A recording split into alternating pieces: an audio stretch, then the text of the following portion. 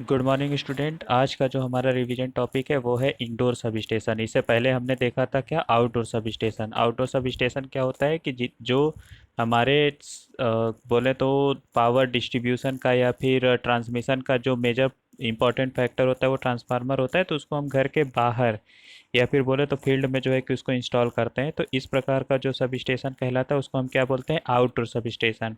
Indoor sub station में क्या होता है, इंडोर सब स्टेशन में जितने भी हमारे सब स्टेशन के इक्विपमेंट होते हैं उसको हम एक घर के अंदर इंस्टॉल करते हैं। बेसिकली ये होता तो 11 kV तक के लिए होते हैं, लेकिन आजकल जो है कि इसको हम 33 kV से 66 kV तक के लिए भी यूज़ कर सकते हैं।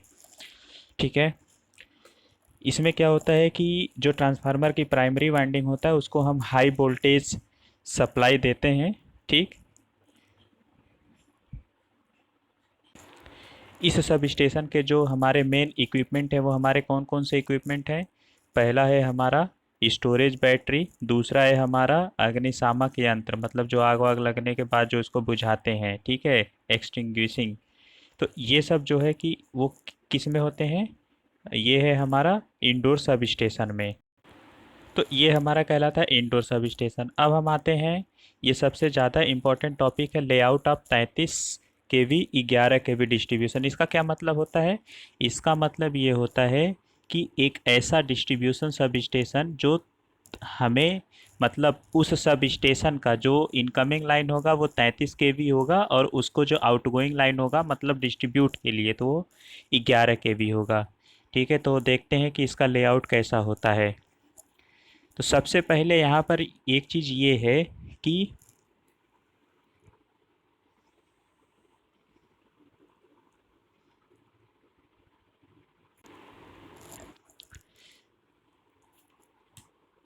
देखिए ये हमारा क्या है, एक बोले तो इनकमिंग लाइन है जो हमारा ट्रांसमिशन लाइन से क्या होता है, जो ट्रांसमिशन लाइन है उससे जो सब स्टेशन है वो कनेक्ट रहता है। ठीक है। तो ये जो है कि ये हमारा ट्रांस सब स्टेशन के लिए इनकमिंग लाइन हुआ, और इनकमिंग लाइन की जो वोल्टेज लेवल रहेगी वो कितने होंगे, 33 kV। ठीक है। इसमें हम ये चीज़, एक चीज़ ये देख रहे हैं कि यहाँ पर एक आइसोलेटर लगा। सबसे पहले इसकी जो कंपोनेंट होते हैं, बेसिकली जो मेन कंपोनेंट क्या होते हैं, पहला होता है हमारा आइसोलेटर, इसके बाद होता है हमारा करेंट ट्रांसफार्मर। ठीक है। इसके बाद होता है ओसीबी। ओसीबी का मतलब होता है ओपन सर्किट ब्रेकर, या फिर इसकी जगह पे हम यूज़ करते हैं वीसीबी। वीसीबी का मतलब होता है वैक्यूम सर्किट ब्रेकर। ठीक है। तो ये हमारे जो है कि कंपोनेंट हैं, और साथ में एक लगा होता है लाइटनिंग अरेस्टर। तो बेसिकली इसका काम क्या है, तो इसका काम देखिए, आइसोलेटर का काम ये चीज़ होता है कि आइसोलेटर को हम यूज़ करते हैं एक स्विच की तरह। ठीक है। और करेंट ट्रांसफार्मर का क्या काम होता है, करेंट ट्रांसफार्मर करेंट को सेंस करता है। ठीक। अगर यहाँ पर लिखा है 5 एम्पियर, तो 5 एम्पियर का मतलब ये चीज़ हुआ कि इसकी जो, ये जो हमारा सब मतलब जो इनकमिंग लाइन है, ये जो हमारा इनकमिंग लाइन है इसकी वोल्टेज कितनी है, 33 kV, और इसमें जो मैक्सिमम करंट कितना फ्लो हो सकता है वो 5 एम्पियर तक फ्लो हो सकता है। ठीक है। अगर 5 एम्पियर से ज़्यादा करंट अगर इसमें फ़्लो होगा तो वो क्या करेगा, ये करंट ट्रांसफार्मर उसको सेंस करेगा। अगर 5 एम्पियर से ज़्यादा हुआ, जैसे 5.1 हुआ, 5.2 हुआ, 5 एम्पियर से अगर ज़्यादा होगा तो उसको सेंस करने के बाद उसको एबनॉर्मल कंडीशन में क्या करेगा, डिक्लेयर करेगा। ठीक है। जो सर्किट ब्रेकर मतलब रिले को ऑपरेट करेगा, और रिले क्या करेगा, सर्किट, इस जो यहाँ पे सर्किट ब्रेकर हमने लगाया है उसको जो है कि ऑपरेट करेगा। ठीक। तो अब देखिए, अब क्या होता है आइसोलेटर का काम, आइसोलेटर बेसिकली स्विच की तरह कार्य करता है। तो ये क्या होगा कि जैसे यहाँ पर जब स्विच को हम जैसे ऑन ऑफ यूज़ करते हैं उसी तरीके से हम आइसोलेटर के यूज़ करेंगे। ठीक है। सर्किट ब्रेकर हमारा किस काम में आएगा, तो सर्किट ब्रेकर जो है कि अगर कोई एबनॉर्मल कंडीशन, एबनॉर्मल कंडीशन का मतलब ये चीज़ होता है कि कोई फॉल्ट होने के कारण अगर करंट की वैल्यू अगर ज़्यादा होगी तो उस केस में उसको क्या करेगा, उस सर्किट को ब्रेक करेगा। ठीक है। करंट ट्रांसफार्मर जाने गए। और एक हमारा आता है लाइटनिंग अरेस्टर। लाइटनिंग अरेस्टर का मतलब ये चीज़ होता है कि किसी कारण से, किसी फॉल्ट के कारण अगर वोल्टेज की वैल्यू अगर ज़्यादा हो गई, ठीक है, या फिर अगर आकाशीय बिजली अगर गिरती है तो वोल्टेज अचानक से बढ़ जाता है। तो इस लाइटनिंग अरेस्टर को हमने किया यहाँ पे ग्राउंड किया है, ठीक है। ग्राउंड करने के कारण से क्या होगा कि अगर वोल्टेज की वैल्यू ज़्यादा होगी या फिर करंट की वैल्यू ज़्यादा हो जाएगी तो मतलब वोल्ट किसी भी फॉल्ट के कारण से अगर वोल्टेज की वैल्यू ज़्यादा हो गई तो ये इस वोल्टेज को क्या करेगा, ग्राउंड करेगा। तो ये हमारे जो है कि बेसिक कंपोनेंट है किसके, यहाँ तक का जो बेसिक कंपोनेंट लगे हैं इस सब स्टेशन में, ठीक है। अब ये चीज़ जो लगा है ये हमारा क्या है, बस बार है। बस बार क्या होता है, बस बार एक प्रकार का जो है कि कॉपर का एक ठोस रॉड होता है जिसको हम सिंक्रोनाइजेशन के लिए यूज़ करते हैं, ठीक। इतना तक तो हो गया।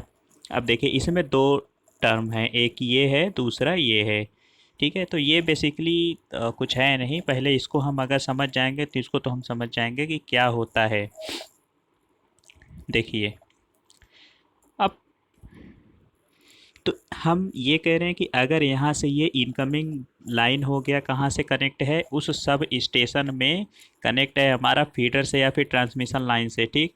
तो यहाँ देखिए ये 33 केवी तक का लाइन यहाँ से आया और इस बस बार में जो वोल्टेज है वो कितना है, 33 केवी, ठीक है।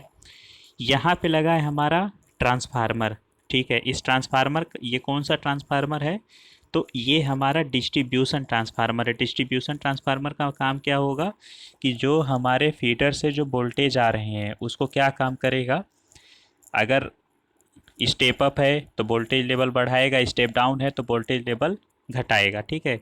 तो यहाँ देखिए क्या चीज़ लिखा है, 33 केवी इस बस बार के थ्रू यहाँ पर आ रहा है हमारा पावर कितना, 33 केवी, ठीक है। और तो इसका हम कह सकते हैं कि ये जो हमारा डिस्ट्रीब्यूशन ट्रांसफार्मर है इसका इनकमिंग मतलब जो इनपुट पॉइंट है वो वोल्टेज लेवल कितना है, 33 केवी, इसको स्टेप डाउन कर करके कितना कर देगा, 11 केवी, ठीक है। तो ये हमारा डिस्ट्रीब्यूशन ट्रांसफार्मर है। इसको भी हम आइसोलेटर से यूज़ कर उसको आइसोलेटर से कनेक्ट करते हैं। क्यों हमने आइसोलेटर से कनेक्ट किया, तो आइसोलेटर से हमारा कनेक्ट करने का जो मेन पर्पज़ है वो ये होता है कि जैसे मान लीजिए कि किसी भी पार्ट में एक हमारा यहाँ आइसोलेटर लगा हुआ है, एक यहाँ आइसोलेटर लगा है, एक यहाँ आइसोलेटर लगा है। तो इसका मतलब ये होता है कि अगर सपोज़ कीजिए कि अगर हमें यहाँ मान लीजिए कि अगर इस पॉइंट पर कोई फॉल्ट अगर आया या अगर हमें इसे को मेंटेनेंस अगर करना है तो इस केस में अब लाइव वायर यहाँ 33 केवी तो है ही, तो अब हम क्या करेंगे कि इसको हम ओपन कर देंगे तो यहाँ से ये जो है कि पावर कट हो जाएगा, तो फिर हम यहाँ से मेंटेनेंस उसको कर सकते हैं, ठीक है। अच्छा, इसको लगाने का मतलब ये चीज़ होता है कि अब भाई अब सपोज़ करो कि सब स्टेशन से तो हमारा जो सप्लाई है वो हमेशा ऑन होना चाहिए, ठीक है।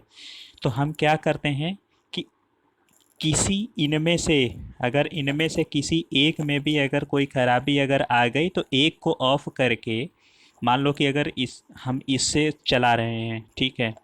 अगर इसमें कोई फॉल्ट अगर क्रिएट हुआ और हमें यहाँ पे इसको सही करना है तो हम क्या करेंगे, इसको इस आइसोलेटर को ऑन करेंगे और इसको ऑफ़ कर देंगे। तो क्या हो जाएगा, जब यहाँ से कोई भी वोल्टेज आया मतलब जो पावर आएगा, अब वो ये तो हमारा ओपन सर्किट हो गया, तो अब पावर क्या हो जाएगा, पूरा यहाँ से हो करके अब ये इधर पहुँच जाएगा, ठीक है। लेकिन अगर इसमें कोई ख़राबी अगर आती है तो इसके थ्रू हम कर सकते हैं। तो यही मेन पर्पज़ है इसमें लगाने का दो का। तो अब देखिए ये जो हमारा डिस्ट्रीब्यूशन ट्रांसफार्मर है ये क्या करेगा, इसकी मैक्सिमम रेटिंग कितनी है, 5 MVA, ठीक है। और ये क्या कर रहा है, जो 33 केवी है उसको 11 केवी में चेंज कर रहा है, ठीक है। इतनी बातें तो ये क्लियर हो गई यहाँ से। अब देखिए नेक्स्ट जो हमारा स्टेप है वो ये है कि यहाँ से 5 मतलब अब क्या होगा कि जो 33 केवी जो 33 केवी जो 11 केवी में कन्वर्ट हुआ है, ये ट्रांसफार्मर अब यहाँ पे आ गया। तो यहाँ क्या मतलब है, वो वही लाइन है जो हमने यहाँ पर बनाया है वो इसी के थ्रू यहाँ पर है, ठीक है। अच्छा, ट्रांसफार्मर ग्राउंड करने का मतलब ये चीज़ होता है, हम ग्राउंड क्यों करते हैं, किसी कारणवश अगर कोई लीकेज करेंट हो गया या किसी भी प्रकार का ट्रांसफार्मर में अगर कोई इंटरनल फॉल्ट अगर होता है तो उसमें जो एक्सेस करंट होगा या एक्सेस वोल्टेज होगा तो उसको हम ग्राउंड कर, मतलब वो वोल्टेज क्या हो जाएगा या करंट क्या हो जाएगा, ग्राउंड हो जाएगा। तो इसलिए हमने इस ट्रांसफार्मर को यहाँ पर क्या किया है, ग्राउंड किया है। ठीक है। तो अब ये 11 के भी हमें यहाँ से मिला जो 33 के भी आया था। ठीक।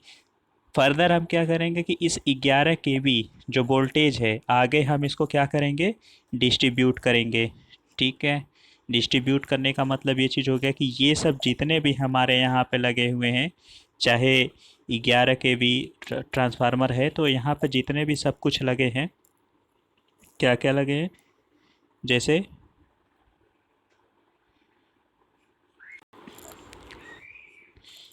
तो अब देखिए 11 के बी मतलब 11 के भी हम क्या करेंगे, उसको कंज्यूमर को या फिर जो है कि इंडस्ट्री, कंज्यूमर को तो नहीं दे सकते हैं लेकिन जो इंडस्ट्रियल लोड हो गए, ठीक है, इंडस्ट्रियल लोड इंडस्ट्री में चलाने के लिए, तो वहाँ पे हम उसको सप्लाई कर सकते हैं as a secondary primary consumer. ठीक है।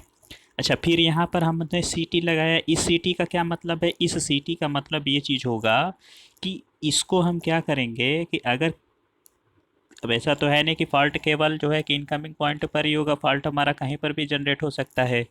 तो इसमें इस जो डिस्ट्रीब्यूशन लाइन है यहाँ का, इसमें अगर कोई फॉल्ट अगर हो, मतलब एक्सेस करंट अगर फ्लो कर रहा है, तो वो ये करंट ट्रांसफार्मर क्या करेगा, उसको सेंस करेगा। इसके लिए हम जो है कि लगाते हैं क्या चीज़, करंट ट्रांसफार्मर। ठीक है।